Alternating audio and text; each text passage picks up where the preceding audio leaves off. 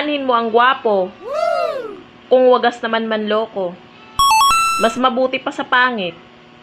Mata mo lang ang sasakit.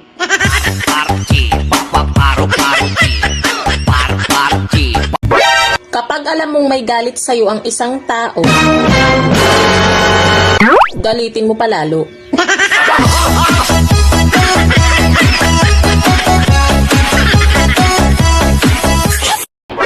Buhay ko?